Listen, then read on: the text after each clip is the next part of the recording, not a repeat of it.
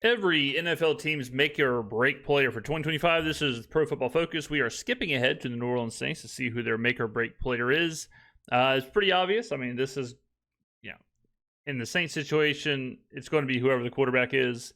If you're really, I mean, there's a lot of players, honestly, for the Saints that it could be because it's such a volatile season and there's so many unknowns. I mean, it could be either quarterback. It could be Chris Olave. It could be Trevor Penning. It could be... Yeah, I don't know when the defense is truly make or break. Trevor Penning, I mean, even like Kelvin Banks, like if you're asking him, hey, like be a left tackle, if he's horrible, that could break the entire season. If he's, future Hall of Fame left tackle, that could make the next however many years. So it could be a lot of players, but I think it has to be the quarterbacks or Trevor Penning. I mean, if Tyler Shuck's a starting quarterback and Tyler Shuck's the rookie of the year and he's CJ Stroud or he's Jaden Daniels or whatever, okay, the Saints all of a sudden are pretty damn good. And similar for Spencer Rattler. Rattler's a starting quarterback and he is whatever. He takes a step forward. He's an above average quarterback. Like a quarterback will always make or break a team, especially when it's two completely unknowns. So the New Orleans Saints with Trevor Penning, what are we doing here with Trevor Penning? Moving from offensive tackle back to, I shouldn't say back to us, into interior offensive line starting spot to try to get some sort of value of him. Now, yeah, he started off left tackle, moved right tackle, now moving back to the left side, but at guard. This is an interesting case because this is not the coaching staff that drafted Trevor Penning. Yeah. But it is still the front office that drafted Trevor Penning in the first round a handful of years ago. And so I think that he's on the last year of his contract anyway, so it's make or break sort of no matter how you look at it. But this is, to me, the obvious candidate. I don't think the reason I would hesitate with Trevor is that I don't think it is definitely make or break for him, but I don't think it's make or break for the Saints because if he's terrible, they're just going to not play him. Like they'll just play another one of the left guards, or like they'll just fill it. It won't be that big of a deal. But for him, yeah, absolutely. Like they declined his option. They are attempting to make something out of nothing. They are trying to get him in the position where his skill set matches the best. They're doing everything they can. And yes, it's not a staff that drafted him, but it is a staff that has experience in fixing, not a problem, but fixing players like Trevor, like they did with Mekhi Becton. I mean, it's such an obvious parallel. But if Trevor does work out at left guard, and not even like top 10, not even to the highest levels, if he's just an above average left guard, that is huge for the Saints. Huge. Here for the New Orleans Saints. Yeah, can he win what looks like a left guard job that he's going to be competing with Dylan Radunz, right? Can he win that job? Can he be better on the inside? And can he just pass protect better, right? They're going to go with Banks and Fuaga, obviously, at tackle, but the big problem for Penning is pass protection. We know he can run block. He's aggressive. He's always been like that, even back to his days at Northern Iowa, but you're talking about a guy who allowed the second most pressures in the NFL last year with 54, so... I mean, he's not good at pass protection on the outside. Well, good news, he won't have to do that. Can he make the transition to guard? We'll see. But that's part of I guess that's part of the question or the hypothesis from the coaching staff is that they think they can get him into a situation where only his positives are showing. And they can get him into a situation where what he's best at, he's doing a majority of the time. If he can be better on the inside, at least a stable presence at guard, they decline the fifth-year option, but then maybe, you could extend him beyond that and give him at least a reasonable contract. Yeah, give him a guard money. Like, remember, the fifth-year option, there's no reason to have the fifth-year option if he's not going to play tackle, right? Like, if you're going to re-sign him or extend him or restructure or whatever, now you're doing it at guard money. Contract. If he can't do that and he can't pass protect on the inside, he's probably going to be out of New Orleans after this year, but he's going to get a shot to win this left guard job and see if there's a better fit there on the inside. I looked to see what Chase Young's contract was while you were talking, because I'm like, Chase Young, like that could be an answer there. Chase Young is under contract this year. Chase Young is under contract this year. Okay, his cap number is $6.8 million. Okay, In 2026, his cap hit jumps to $20.5 million. That's that New Orleans negotiating right there. In 2027, it jumps to $23.6 million. Yep. And then he proceeds to have 4 void years on the end of those deals. So technically, Chase Young is under contract until 2031. They are the... Yeah, and does anyone think that's going to play out? Like, all that stuff is... Ladies and gentlemen, listen. If you are... It's crazy because this is the only time where this is seen as a negative. If you are buying a house, or you are buying a car, or you are borrowing money, or you are getting a line of credit, and you can find a way to move money around, get extra years that you can void out of, no interest, more money in the future, all those things. If you can make it and position it to where you basically are doing everything with the leverage on your side, do it. Just like what the Saints do, just like what the Eagles do, just like what the Chiefs do, just like what every good team in the NFL does. You want to push as much money forward as you possibly can. And I have so many videos on the cap. I have so many videos on why good teams do this and why having a ton of cap space or whatever does not equal wins.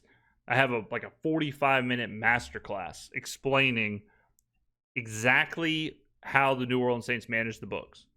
And again, this is not just the Saints. The Eagles do the exact same thing. The Chiefs do the exact same thing. Every team, every good team with roster management does the exact same thing.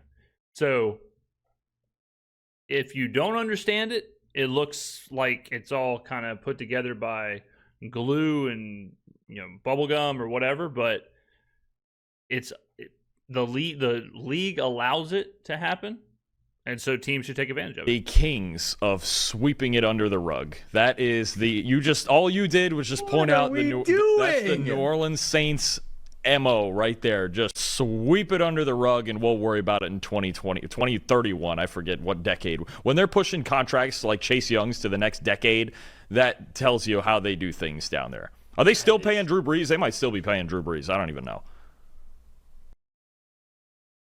I mean, I don't want to get into a whole TED talk here, but the salary, everyone should know.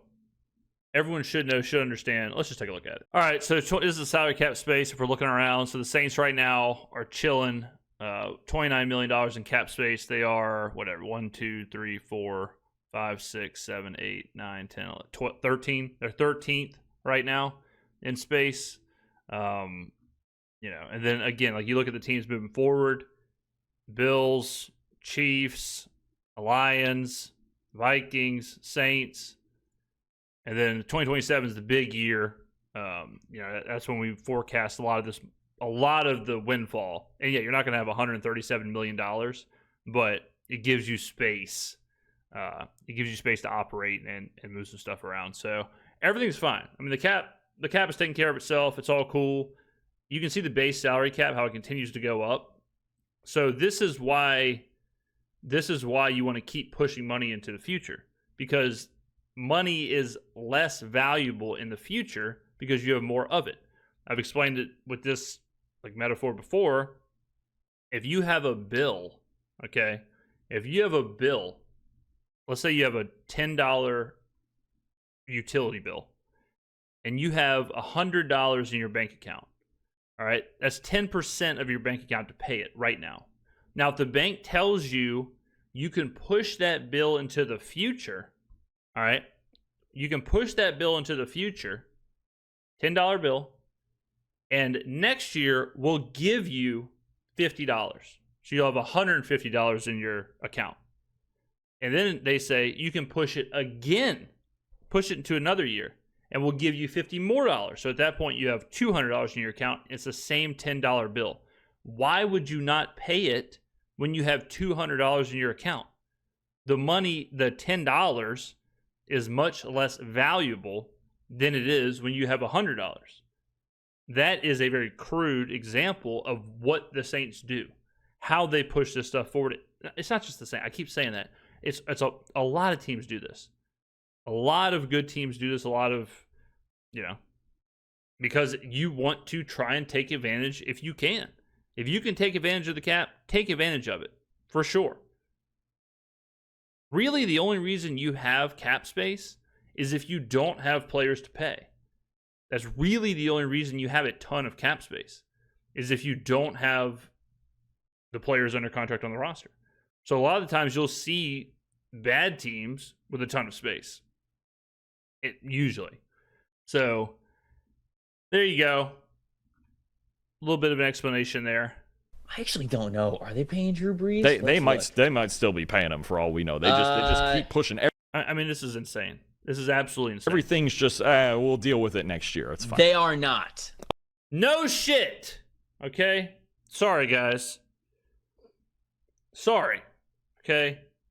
They got me flustered. Makes me sick. Let me back up. I don't want to get my blood pressure high. Okay? I just had recently, woke up and I had left arm pains. And immediately I was like, oh my God, I'm having a heart attack. I probably just slept on my arm wrong. But anyways, I'm watching my blood pressure. This is Pro Football Focus. Okay? This is Pro Football Focus. And this is the kind of analysis we're getting. Is that these two hombres are actually checking. I thought we were having a goof and a gaff. They're actually checking to see if the Saints are still paying Drew Brees.